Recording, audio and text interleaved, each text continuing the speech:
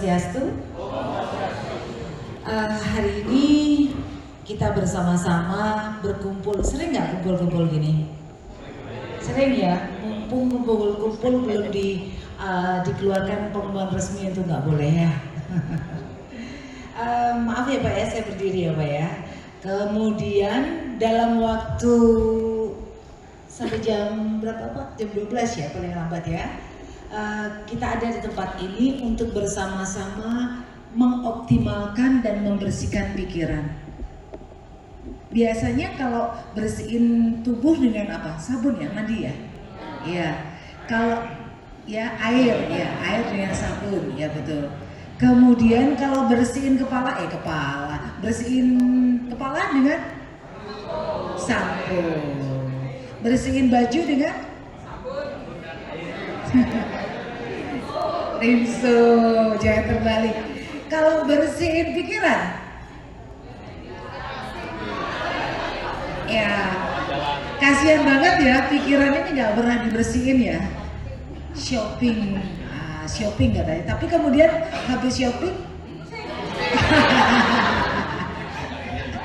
kalau kita di Bali melukat ya, kemudian kita tirtoyatra, tujuannya untuk kemudian kita kembali ke titik nol, seperti itulah kurang lebih. Tetapi kadang-kadang sambil kita sembahyang pun pikiran kita kemana-mana gitu ya. Nah karena apa? Karena ibaratnya pikiran itu seperti sebuah gudang yang menyimpan semua yang telah pernah terjadi sejak kita di dalam kandungan. Sejak kita dalam kandungan. Jadi kalau Bapak Ibu dalam kandungan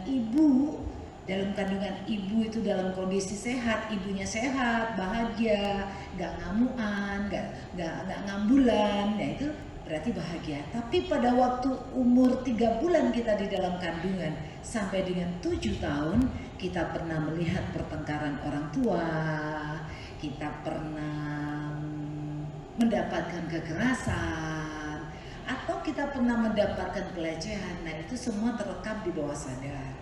Jadi ibaratnya seperti apa? Seperti panci yang konvensional, lengket. Nah karena lengket, jadi dia lama-kelamaan akan menjadi kerak. Udah jadi kerak, dia akan menjadi penyakit. 85% penyakit itu adalah dari pikiran. Hari ini kita bersihkan. Caranya tunggu setelah pesan-pesan berikut. Ya.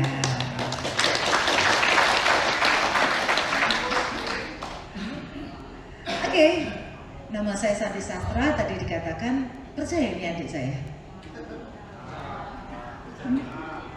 Dia selalu nyebut saya kakak, padahal dia sebetulnya adalah adik saya. Bingung. Oke, nanti akan tahu bahwa dia sebetulnya adalah anak saya yang pertama, ya. Anak saya pertama, cantik kan kayak ibunya. Ya. Tadi waktu pertama kali datang ada yang nyapa saya, kok seperti Mbak Eci ya katanya, padahal ini Mbak Eci-nya ada di belakang, ya. Oke, kita akan bermain dengan pikiran. Coba kalian lihat tangan kalian. Lihat tangannya. Masih ada? Masih. Lengkap. Astaga. Sekarang sebutkan dengan cepat, kalian punya berapa tangan? Bagus. 2 tangan berapa jari? 10 tangan berapa jari? Ya. Ini dia, ayo ulangi yang jelas, yang tegas. Kita punya berapa tangan? 2 tangan berapa jari? 10 tangan berapa jari? 10 tangan berapa jari? 50. Yang jawab 100 angkat tangan. Angkat tangan. Nanti dapat makan siang. Nah, coba yang ini. Oke. Nggak salah, tapi itu yang menjawab adalah pikiran bawah sadar. Spontan itulah pikiran bawah sadar. 10 tangan berapa jari? Nah, ini pikiran sadar.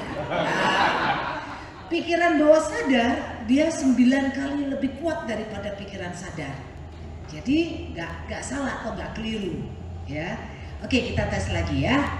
Kalau saya bilang awan, kalian bilang warna putih karena ada yang bilang putih, ada yang bilang biru, ya. Tapi saya bilang, saya suruh kalian jawab putih ya. Oke. Oke. Bajunya Pak Mangku warna putih. Kapas warna putih. Awan warna putih. Sapi minum susu.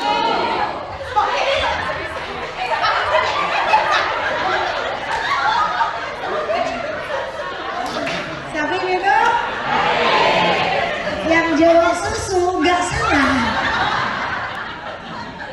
Karena apa? Putih susu. Ya. Itu pikiran bawah sadar. Kan sering kalian nggak sadar ternyata kalian keliru jalan. Sering nggak begitu? Karena sering lewat tempat itu tiba-tiba kendaraannya ke sana aja. Itu pikiran bawah sadar. Pikiran bawah sadar itu sangat dahsyat. Sangat dahsyat kalau kita nggak kendalikan. Lagi ya.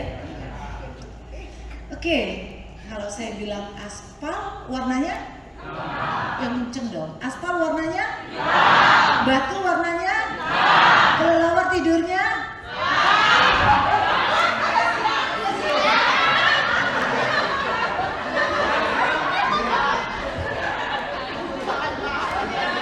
kelelawar tidurnya.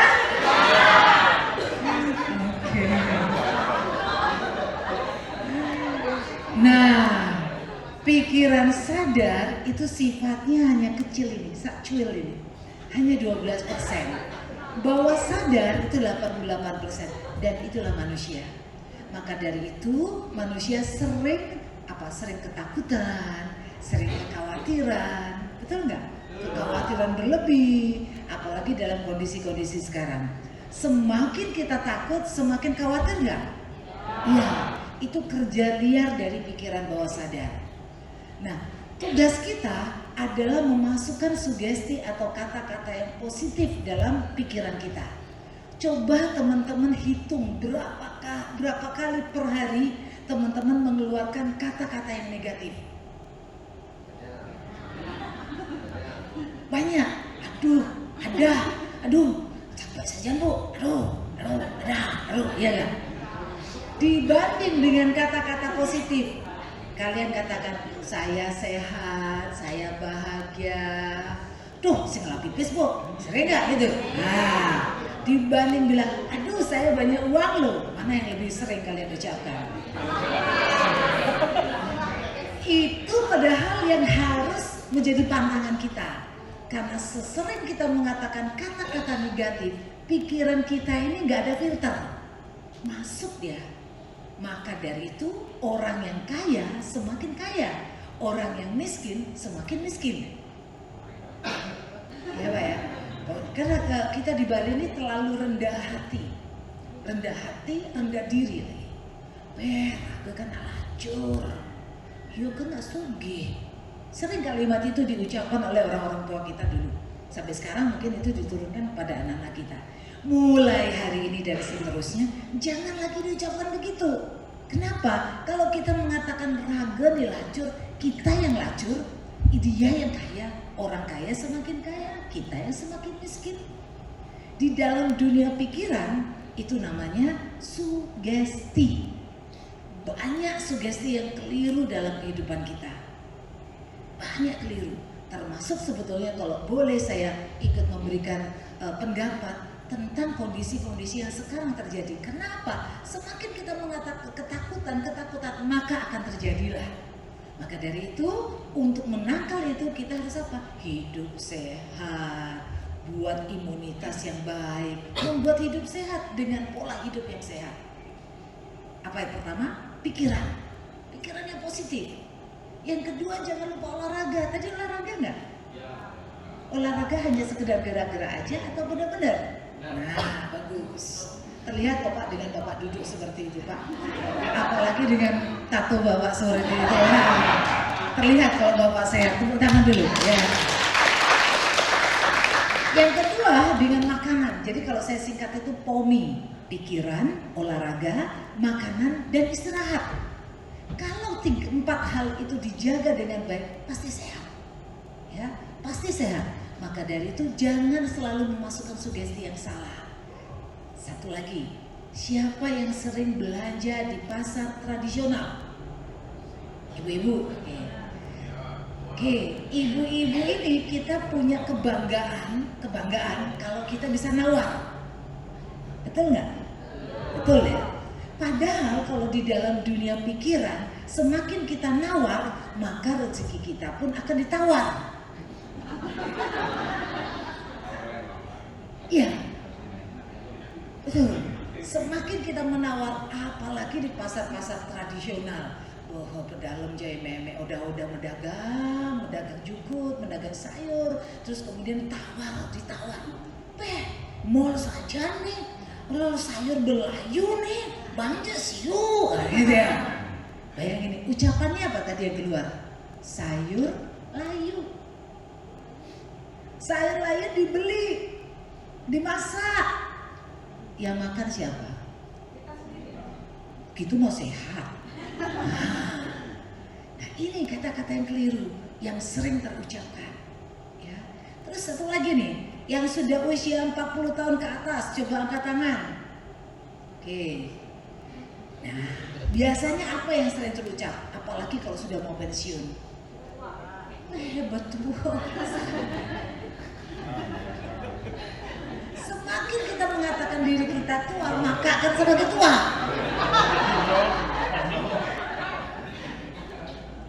Coba kalau bapak-bapak sekarang kan zamannya reunian. Ya, reuni sama teman-teman SMP, SMA. Wah, dia lagu dia mau pulang dari sana kira-kira seger nggak? Seger. Kenapa? Merasa muda.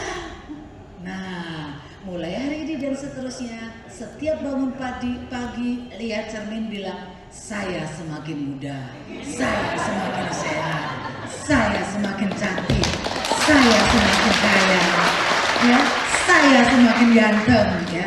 Tapi ingat jangan dibawa negatif, orang saya semakin muda, jadi ngalih, jadi dia mau kuronan gitu, jadi gitu. Ya, itu pikiran negatif lagi, pikirannya sudah ke arah yang nggak bagus, ya. Oke, pemahaman tentang pikiran sadar dan bawah sadar, ibu-ibu dan bapak-bapak sudah mulai mengerti? Sudah. Terus di mana sih tempat pikiran itu?